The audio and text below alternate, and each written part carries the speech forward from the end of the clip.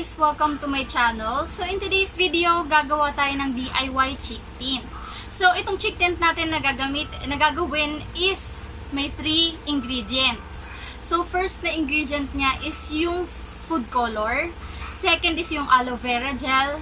And yung third is yung vitamin E. So yung mga benefits sa skin guys, ilalagay ko siya sa description box natin. So ito guys ang ating main ingredient. So ang ginamit ko is color yellow and pink. So pinagmix ko sila guys. Ito yung gagamitin natin bilang ating aloe vera gel. So this one, nabili ko siya naman, itong vitamin E natin. Nabili ko siya for $5.50 ang isang piraso sa Generica. Without further ado guys, gagawin na natin yung ating DIY chick tint. Hindi na ako guys magmi-mix-mix pa sa ating para hindi na siya, kasi sayang din yung naiiwan na product sa mga mixing bowl natin. Pinupunasan ko siya guys para iwas contamination.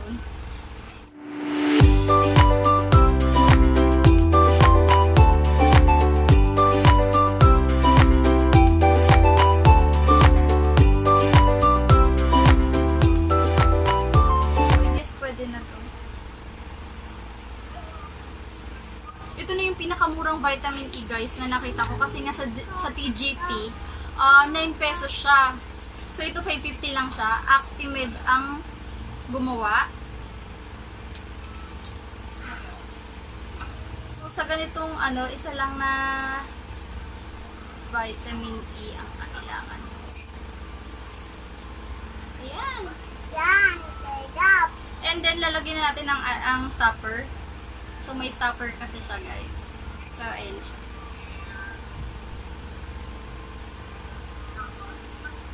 So, ayan. Ayan. Super cute. Tapos na ang ating DIY chick tint. So, itatry na natin siya, guys. Excited na ako kasi wala akong salamin. Mayon. Wala po. Natapos. So, ayan guys, ito-try na natin ang ating DIY chick tint. So, pwede din siguro siya sa lips eh. If ever, pwede nga siya sa lips, pwede kayong mag-comment down below para malaman ko yung mga suggestions nyo or kung okay ba talaga siya gamitin sa lips. Pero, recommended ko lang siya for skin. Kasi nga, hindi din tayo sure sa mga ingredients ng ating aloe vera gel. Next video natin, gagawa naman tayo ng cream blush. Gamit lang is lotion. So, ito na siya. Wow.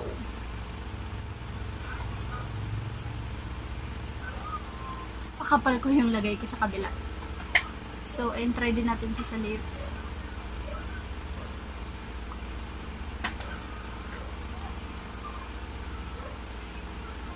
Super blendable siya guys. By the way, wala akong ibang nilagay sa mukha ko kundi ito lang chick tint lang. So ayun, medyo makapal lang sa kabila pero okay lang kasi nakakatuwa kasi nga hindi naman first time ko gumawa nito kasi lang yung aloe vera gel with vitamin E.